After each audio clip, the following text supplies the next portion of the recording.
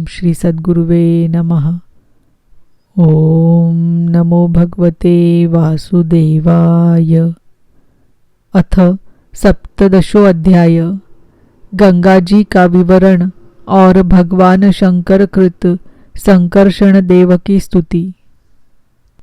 श्री शुकदेव जी कहते हैं, राजन, जब राजा बलि की यज्ञशाला में साक्षात यज्ञ मूर्ति भगवान विष्णु ने त्रिलोकी को नापने के लिए अपना पैर फैलाया, तब उनके बाएं पैर के अंगूठे के नख से ब्रह्मांड कटाह का ऊपर का भाग फट गया।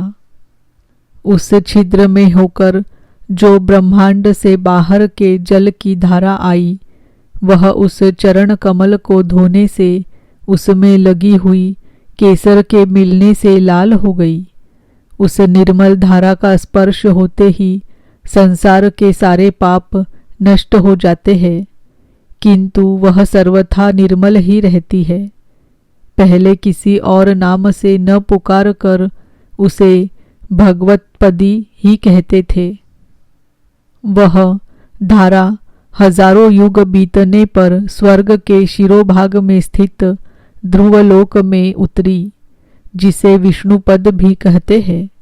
वीरव्रत परीक्षित उस ध्रुवलोक में उत्तानपाद के पुत्र परम भागवत ध्रुवजी रहते हैं। वे नित्य प्रति बढ़ते हुए भक्ति भाव से यह हमारे कुल देवता का चरणोदक है ऐसा मानकर आज भी उस जल को बड़े आदर से सिर पर चढ़ाते हैं। उस समय प्रेमावेश के कारण उनका हृदय अत्यंत गदगद हो जाता है। उत्कंठावश बरबस मूंदे हुए दोनों नयन कमलों से निर्मल आंसुओं की धारा बहने लगती है और शरीर में रोमांच हो आता है। इसके पश्चात आत्मनिष्ठ सप्तर्षि गण उनका प्रभाव जानने के कारण यही तपस्या की आत्यंतिक सिद्धि है ऐसा मानकर उसे आज भी इस प्रकार आदर पूर्वक अपने जटाजूट पर वैसे ही धारण करते हैं जैसे मुमुक्षु जन प्राप्त हुई मुक्ति को। ये बड़े ही निष्काम है। सर्वात्मा भगवान वासुदेव की निश्चल भक्ति को ही अपना परम धन मानकर इन्होंने अन्य सभी कामनाओं को त्याग दिया है। यहाँ तक कि आत्मज्ञान को भी ये उसके सामने कोई चीज नहीं समझते। वहां से गंगा जी करोड़ों विमानों से घिरे हुए आकाश में होकर उतरती है और चंद्रमंडल को आप्लावित करती मेरु के शिखर पर ब्रह्मपुरी में गिरती है। वहां ये सीता, अलकनंदा, चक्षु और भद्रा नाम से 4 धाराओं में विभक्त हो जाती है तथा अलग अलग चारों दिशाओं में बहती हुई अंत में नद नदियों के अधीश्वर समुद्र में गिर जाती है। इनमें सीता ब्रह्मपुरी से गिरकर कोसराचलों के सर्वोच्च शिखरों में होकर नीचे की ओर बहती गंधमादन के शिखरों पर गिरती है और भद्राश्व वर्ष को प्लावित कर पूर्व की ओर खारे समुद्र में मिल जाती है।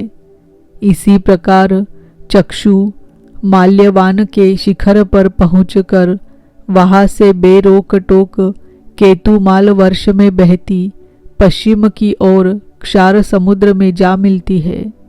भद्रा मेरु पर्वत के शिखर से उत्तर की ओर गिरती है तथा एक पर्वत से दूसरे पर्वत पर जाती अंत में श्रृंगवान के शिखर से गिरकर उत्तर कुरु देश में होकर उत्तर की ओर बहती हुई समुद्र में मिल जाती है। अलकनंदा ब्रह्मपुरी से दक्षिण की ओर गिरकर अनेकों गिरि शिखरों को लांघती हेमकूट पर्वत पर पहुंचती है।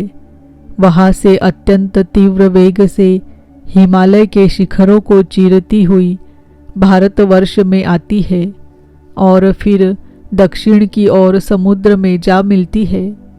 इसमें स्नान करने के लिए आने वाले पुरुषों को पद पद पर अश्वमेध और राजसूय आदि यज्ञों का फल भी दुर्लभ नहीं है। प्रत्येक वर्ष में मेरु आदि पर्वतों से निकलती हुई और भी सैकड़ों नद नदियां हैं। इन सब वर्षों में भारतवर्ष ही कर्म भूमि है। शेष 8 वर्ष तो स्वर्गवासी पुरुषों के स्वर्ग भोग से बचे हुए पुण्यों को भोगने के स्थान है। इसीलिए उन्हें भूलोक के स्वर्ग भी कहते हैं। वहाँ के देवतुल्य मनुष्यों की मानवी गणना के अनुसार 10,000 वर्ष की आयु होती है। उनमें 10,000 हाथियों का बल होता है तथा उनके वज्र सदृश सुदृढ़ शरीर में जो शक्ति, यौवन और उल्लास होते हैं, उनके कारण वे बहुत समय तक मैथुन आदि विषय भोगते रहते हैं।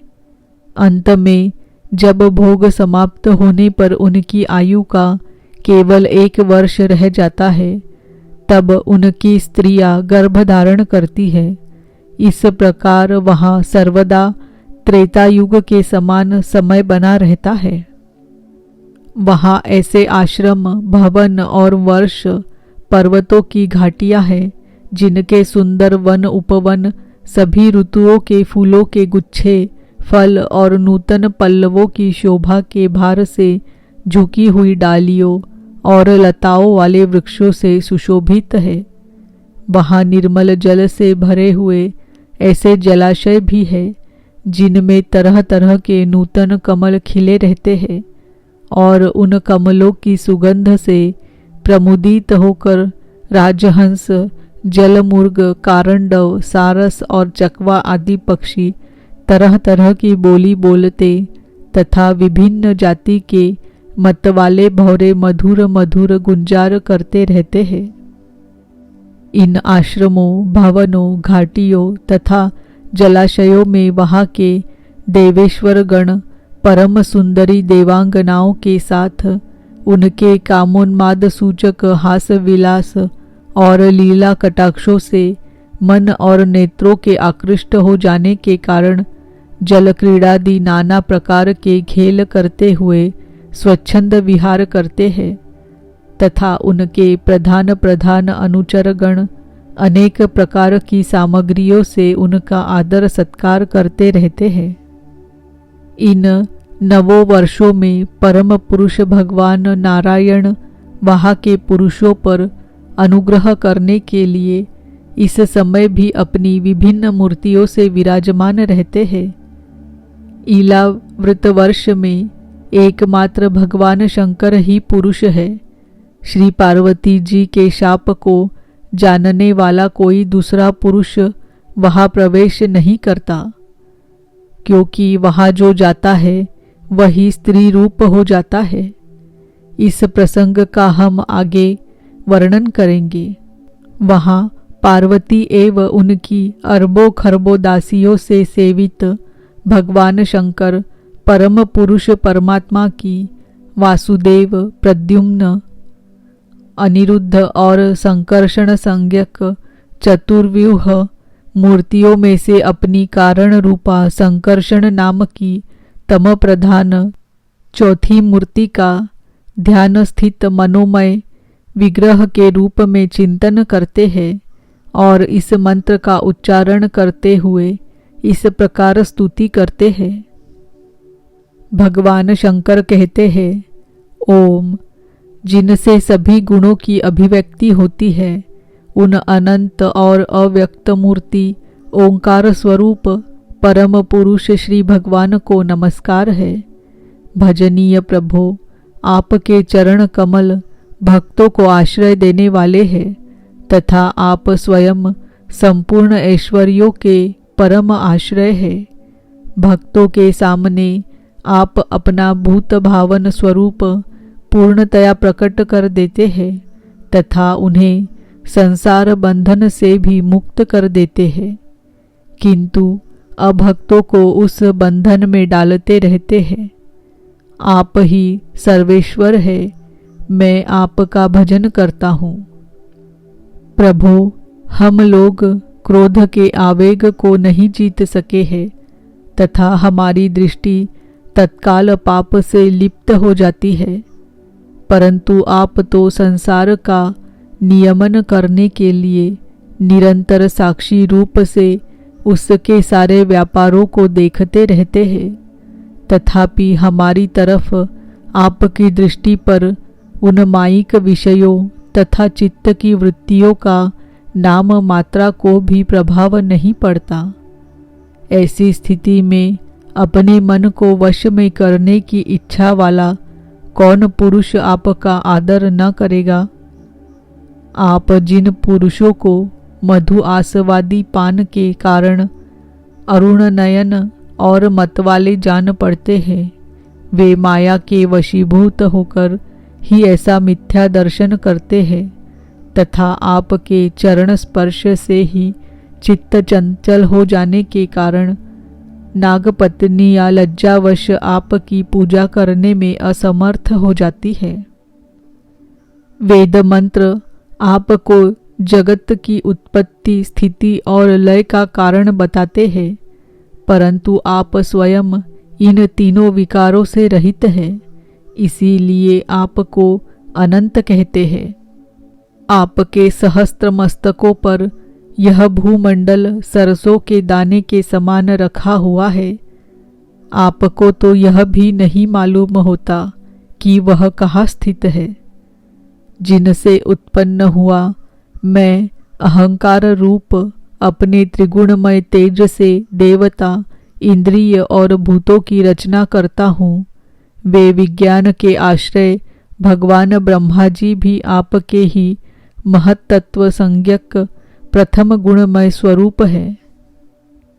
महात्मन, महत्तत्व, अहंकार, इंद्रियाभिमानी देवता, इंद्रिया और पंचभूत आदि हम सभी डोरी में बंधे हुए पक्षी के समान आपकी क्रिया शक्ति के वशीभूत रहकर आपकी ही कृपा से इस जगत की रचना करते हैं।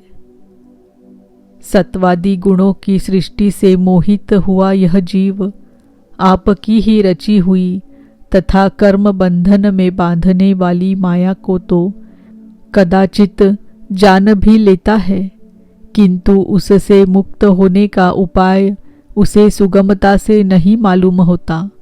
इस जगत की उत्पत्ति और प्रलय भी आपके ही रूप है, ऐसे आपको मैं बार बार नमस्कार करता हूँ। इति श्रीमद्भागवते महापुराणे पारमहंस्याम संहितायां पंचमस्कन्धे सप्तदशोऽध्यायः। ओम नमो भगवते वासुदेवाय। ओम नमो भगवते वासुदेवाय। ओम नमो भगवते वासुदेवाय।